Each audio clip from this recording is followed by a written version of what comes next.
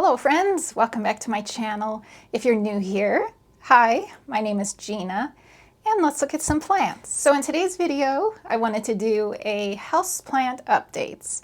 So I believe I missed last month's update, so I wanted to show you everything that's new, with how things are growing in my collection, things I have changed, things that may not be doing so well. What else? We're going to go outside. I'm going to take you outside to see the gardens, see how they're doing. Some are doing beautifully, some are not. And yeah, so this whole video is just going to be some updates. What's going on in my collection? All right, so we are going to start in this room. And there are a few things going on in this room, and specifically the pink trellis right behind me. So I have changed that up. So let me move you guys so you can see. All right, so there is the pink trellis, and on the pink trellis I've always kept a bunch of syngoniums on there. So it's filled, this is strictly filled with begonias? Did I say begonias? Syngoniums. It is I think I said begonias. I don't know if I said begonias. There are begonias in this area. They're in the cabinet. But up here, it's all syngoniums. And if you remember, right in the center of this trellis was my syngonium frosted heart. So the syngonium frosted heart started to have issues where it was dropping.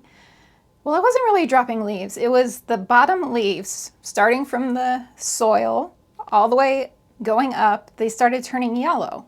So I was starting to lose leaves, and I watched it for probably 2 months, hoping that this was just like there wasn't an issue with the plant, that it was just, I don't know what I thought, that it would just magically fix itself. It never does, right?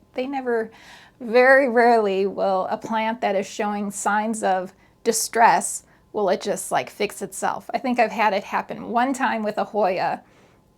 Yeah, so anyway, so I started losing leaves from the bottom up. So I kept procrastinating, putting it off, and finally I removed it.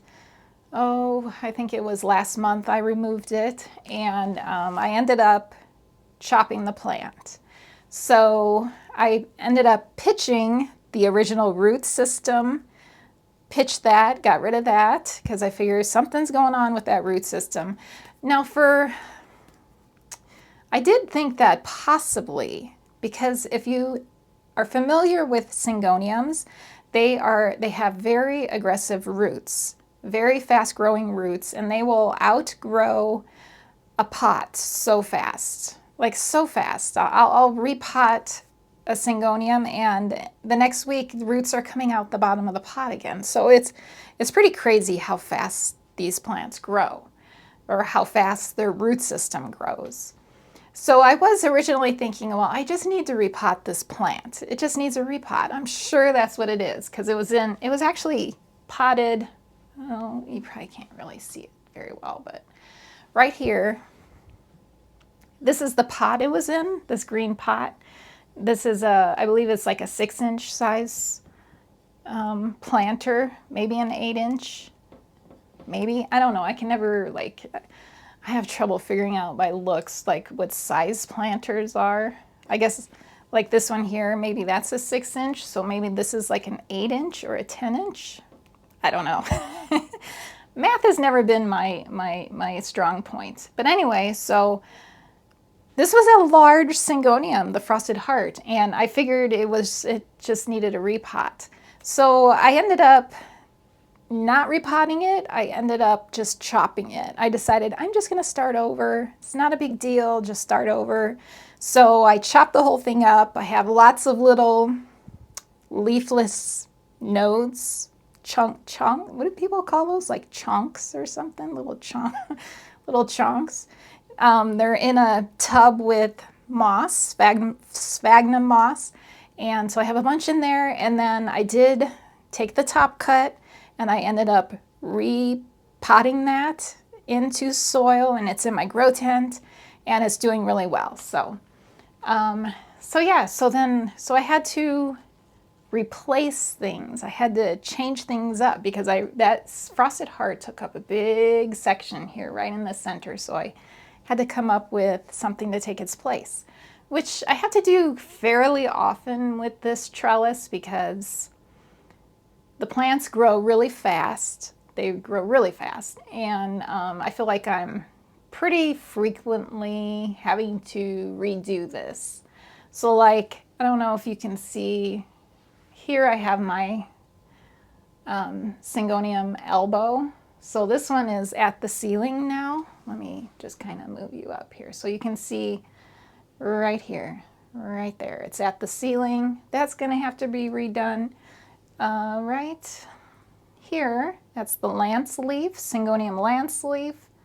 That's going to have some little modifications done with that. So yeah, so I'm really excited about what plant I replace the frosted heart with, and that would be the Syngonium chiapense variegated.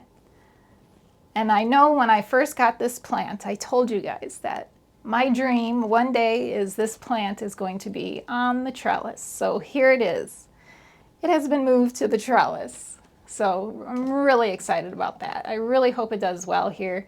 It has a new leaf getting ready to pop out here, and it's just such a beautiful plant. And then also I brought my Syngonium batik. This is the batik. I brought this one in here.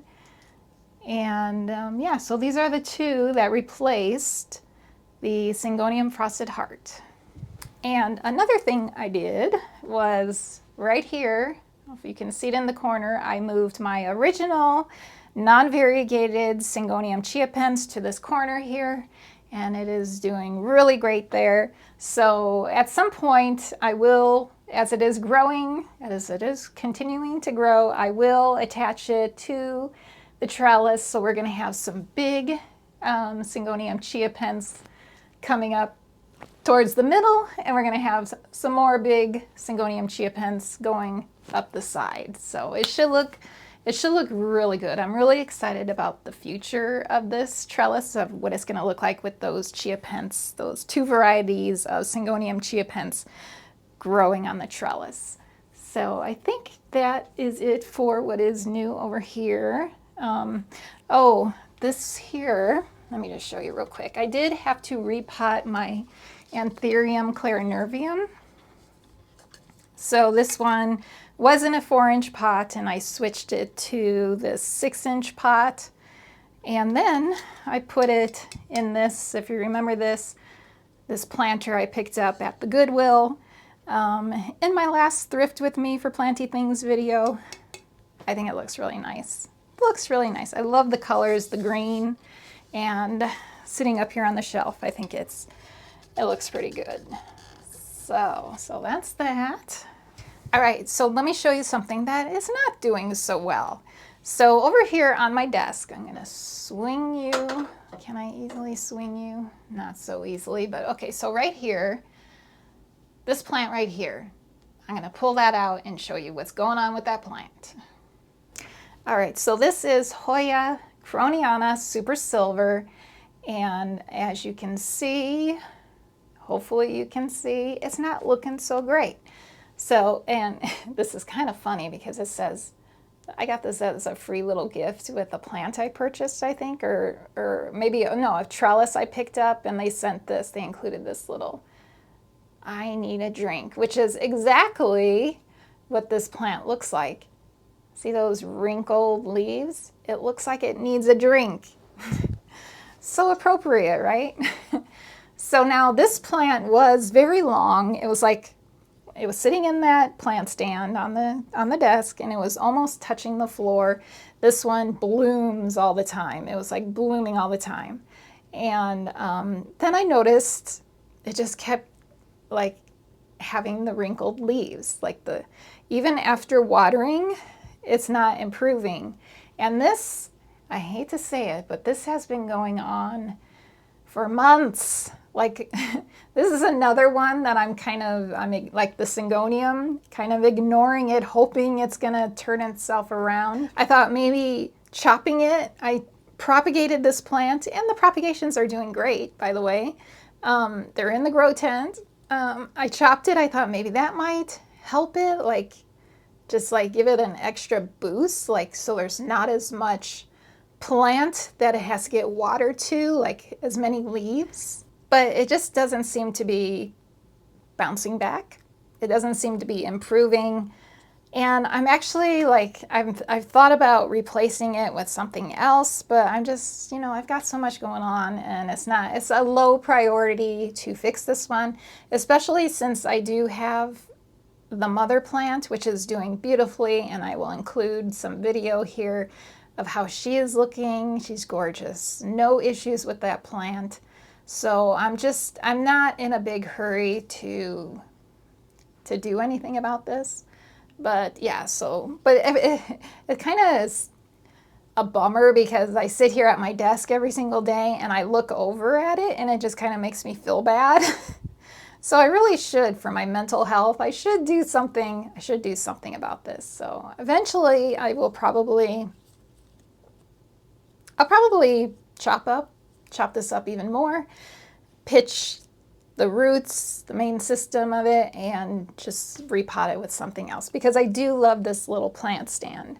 I love the way it looks on my desk, and yeah, it brings me tons of joy. So that's that. All right, I was recently asked how my big terrarium is doing, my fairy garden terrarium. So I thought we could take a look inside of there together. I promised someone I would do that. So let me take the lid off and we'll take a peek inside and just kind of talk about it and look up close and personal at how it's doing. So, and before we do that, it's doing great. I did have to, let's see. Oh, so from its original look, if you go back and you watch that original video where I put this together, I did have some Fittonia over here that I did end up having to remove, and I replaced it with a bunch of pinguiculas, which are doing fabulously in there. They're doing really great. My original pings are still on this side. I had a condoy in the corner that started to die off. I did end up saving. What did I do? Oh, I pulled leaves off and propagated the plant. And then the one that is in there right now was a propagation from the original plant. And it is struggling a little bit. As you can see, it has a lot of leaf die-off on it. But, yeah, I feel like eventually I'm going to lose it. And I also feel like just that little corner, it's like way in the corner, I feel like it's just not a very good spot to keep a plant. So my beautiful green Rex begonia, not sure the name of this one. This one is growing like crazy, just growing like crazy. In the center is the asparagus fern, which is doing amazingly. There's a bunch of ferns that just came up by themselves. They must have hitchhiked with the moss that I purchased off of Etsy.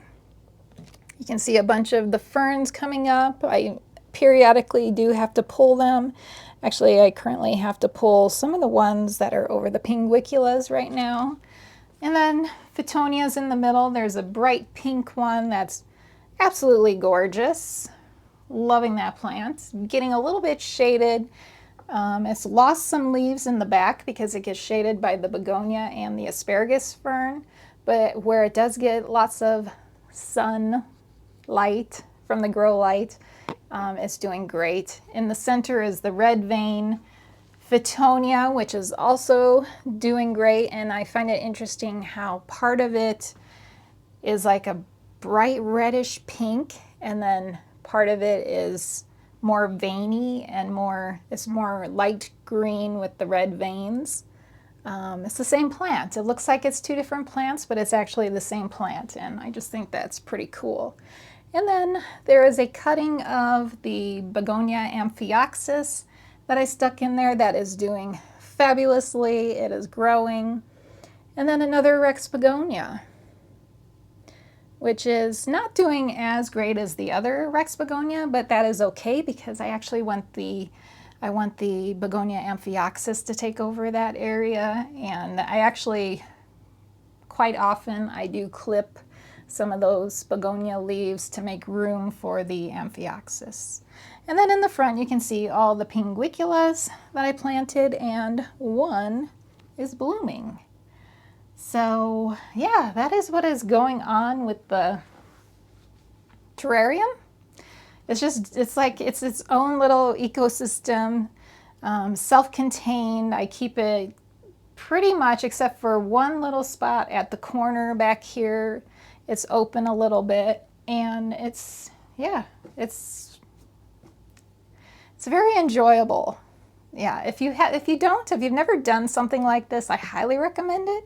And you can go back, and I'll try to remember to link the original video of putting this terrarium together, and if that's something you would like to do. So yeah, so that's the update on this. All right, so now let me give you more bad news. It can't be all good news with these updates, right? There's always something not great going on with the collection. So next thing is kind of a big thing. It's kind of a big deal. And when it happened, it was very heartbreaking. So the next thing is my Philodendron silver sword. So this was a huge plant. I don't think I even have a picture of what it looked like before the disaster. But it was way over my head. It was like the top of the plant was to the top of my IKEA Millsbow tall cabinet. It was above that. So it was very tall. Well, clumsy me, I was walking around that corner and there was something going on. I was in a rush and I bumped it and it toppled over behind me. So I rushed by it, hit it, knocked it down, and I turned around and I was like, oh, bleep. I was just like, okay, I knew from my experience with Syngoniums, having that happen. The thing is, with plants like this, this was a tiny little plant. It started as a tiny little plant. The stem, the original stem at the bottom, at the soil level, the stem is so thin. It's so much thinner than as the plant grows, the stem gets thicker and thicker and thicker as it grows. But and then it's top heavy and it's very thin at the base. The stem is very thin at the base. It's thick at the top. It's top heavy with all the leaves, and it just inevitably snaps the stem. So that is what happened. It didn't make a complete break. It just kind of like halfway broke it. And then I didn't notice it right away. I thought actually I got away with it. I thought it was going to be okay. But then as the weeks started going by, I noticed those bottom leaves were starting to look struggly. They were curled. They were curled under. So they weren't getting water. So, of course, I had to chop it up. I had to do it. So I made myself a top cut. I put that top cut into a vase of water. It is rooted now. Not a lot of roots, but it is getting some roots now, and it's doing great. So that is mine. I am keeping that. Most likely, because it's pretty large, yeah, I'll keep that. So then I have the original piece, the roots, the original pot, and you can see there are 2 new growth points popping out of there. So I will keep that. And then I have a bunch of chunks, is that the word? Hopefully. Leafless nose that I put in the same container, the same tub with moss that the Syngonium Frosted Heart was put into. So in that tub there is Syngonium Frosted Heart and there is a bunch of Philodendron Silver Sword. So that's what I did. So yeah, that was pretty heartbreaking. I had dreams of that plant like going up to the ceiling. But yeah, I should know that that wouldn't be possible because of, like I was talking about, that thin stem at the base. It's just, there's no way it can support the weight of that plant. Yeah, so that's what's going on with that. All right, so what else? So my Hoya Crimson Queen, she is blooming again. Tons of, well, not tons, at least 3 or 4 peduncles on that one that are looking beautiful. All right, so now I think we'll go outside. We're gonna go outside and I'll show you the butterfly gardens. Full disclosure, I'm actually gonna sit here and talk and I'm gonna film the video later because I don't wanna do like a super long tour of what's going on out there. I'm just gonna give you some highlights of how things are growing. So first we're going to start with the butterfly garden because that is my pride and joy, the butterfly garden. And I have a video of putting that together, which I'll try to remember to link that as well if you want to see how it all began, how it started. So this is the 2nd year for this garden and it is doing amazingly. Everything that I planted has come up. I see so many dragonflies and bees and butterflies and moths in the garden. It's just amazing. So everything is flowering for the most part. There's a few things that aren't. If you remember last year, I had trouble finding purple cone flower. I couldn't find it at any of the nurseries or at like Lowe's, Home Depot. So I had to grow this from seed. And this is the first year that has come up and it's going to flower. So we have that orange topped flower. That's the poker plant. Love that one.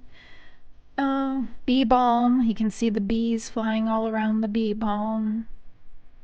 Just so many blooms.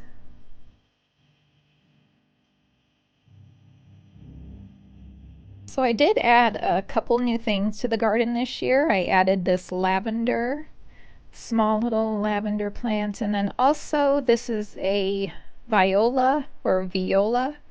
It flowers in the spring, so that's why you're not seeing any flowers on this plant right now.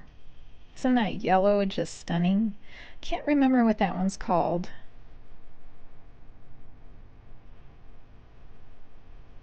So over to the left here, this is the butterfly bush that I planted last year. So it dies off down to the ground through the winter, and then all this new growth came up this spring.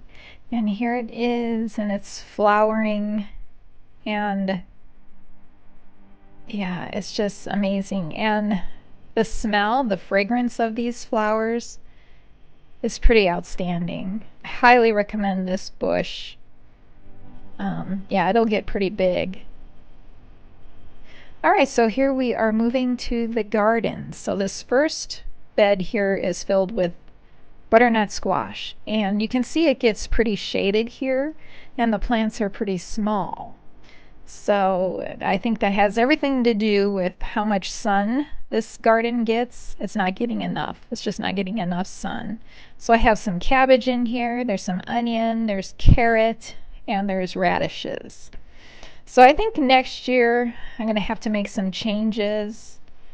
If I'm going to keep this garden in this spot, I'm going to have to figure out something else to do with that one.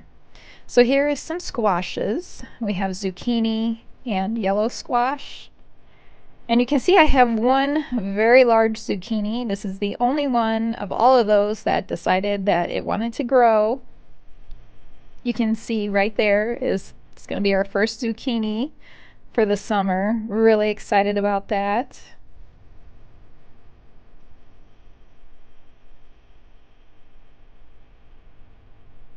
So now this other half of this bed, there are strawberries. There's lots of strawberries. There's peppers. Right here is a bell pepper. I believe it's a yellow bell pepper. And then this one here in the other corner is also a bell pepper. Those are slow growing as well. Not sure why. And then more slow growers, some cucumbers. So they're here in these tomato cages, and they just not taking off. I don't know why. These are all grown from seeds, so I don't know if it's something we did wrong. Just don't know. Over here, tomatoes. That's all tomatoes, like 4 different types of tomatoes. You can see some little tiny tomatoes there. These were grown from seed also, but here they are doing fabulously. So I don't know. Don't know what's going on with the other beds. And then next to that bed is the herb garden. These are all herbs: oregano, thyme, rosemary, mint, chives, a couple different types of basil, and they're all doing great.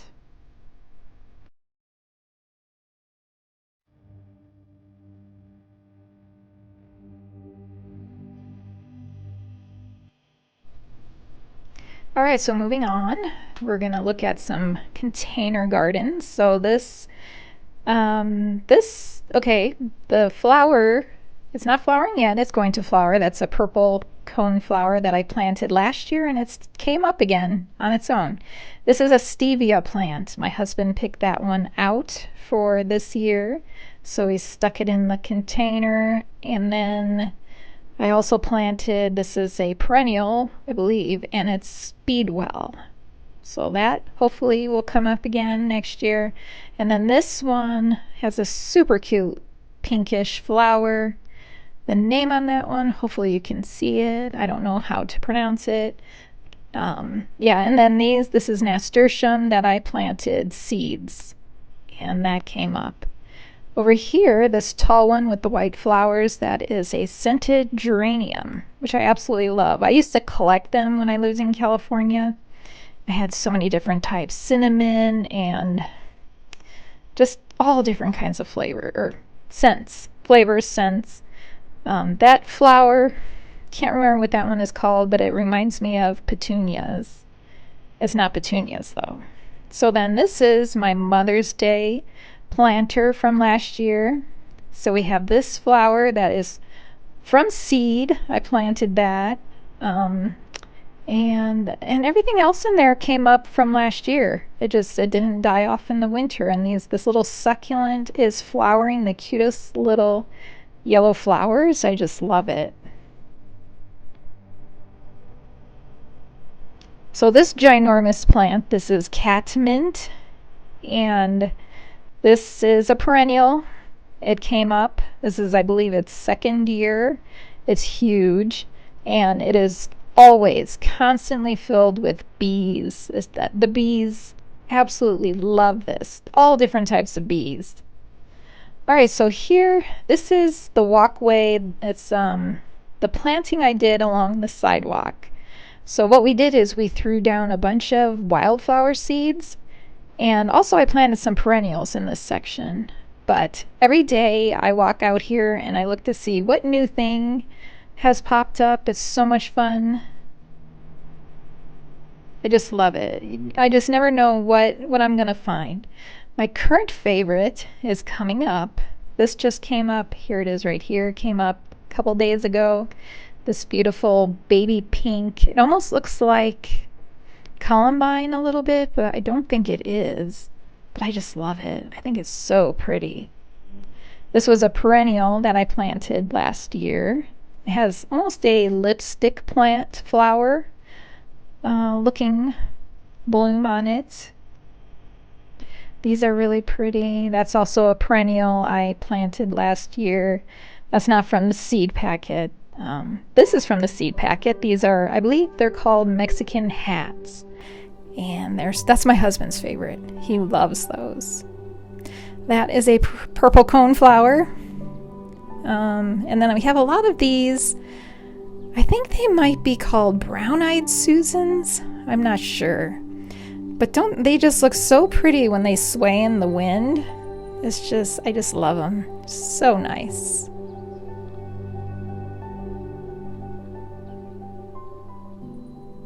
All right, so that's what is going on outside. That's all the updates for outside. Quickly, I want to give you some updates of what's going on in the grow tent. I do have a couple exciting things. So my Hoya patella pink did finally bloom, which is so exciting. My first time. It's just amazing. And I'll include video of what that looks like here if you follow me on Instagram, which is the same name as my YouTube channel, the Pink Trellis. On Instagram, I posted in a story this video, but if you don't follow me on Instagram, then well, you see it here. It just, yeah, it looks amazing. And I did not smell it because it's difficult to get to. It's behind the grid basically, but I kind of really want to smell it because someone told me in my community post that I posted here on YouTube, I said I didn't smell it. I don't know what it smells like. Well, they said it smells like wet socks. Which now I'm really curious to see what it smells like. They said it smells like wet socks. Dirty socks? Wet socks. I think it was wet socks. So I mean, if it's out of the laundry, out of the washing machine, wet socks don't smell so bad. But I'm assuming they mean wet, sweaty, dirty socks. So yeah, I'm super curious to see what that actually does smell like. Maybe I'll check it out today. Oh, also, I wasn't sure how long those blooms last. I wasn't sure if they were like a one day, one and done, like some Hoyas, they bloom and then they drop those flowers right away. Well, we're on day 2 or 3. I think it bloomed on Sunday. Today is Tuesday. So I'll count it as 3. Day 3 of it blooming still. They have not fallen off. So that's good. So I'll be counting to see how many days they actually last before they fall off. So that's Hoya patella pink. That's exciting.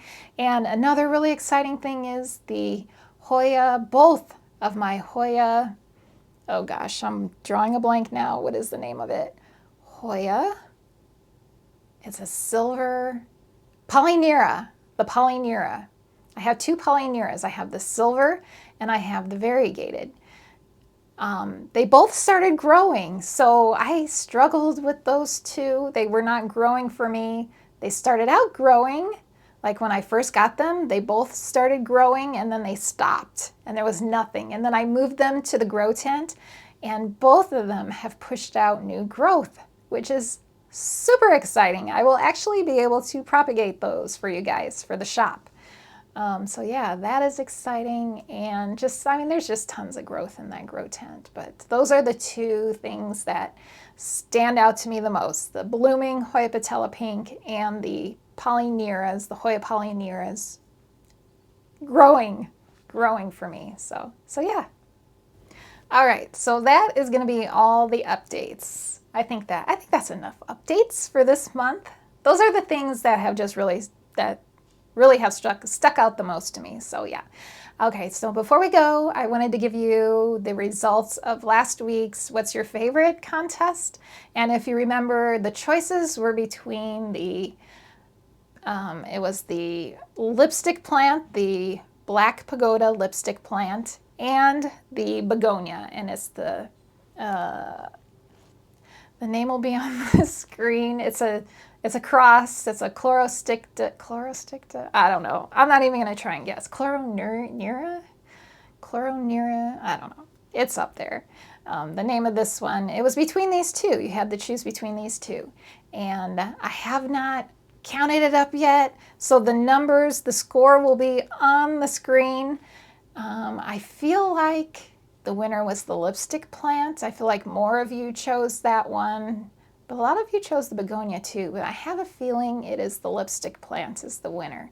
So now my favorite of the 2, I have to go with what I think the majority of you guys went with, and that's the lipstick plant.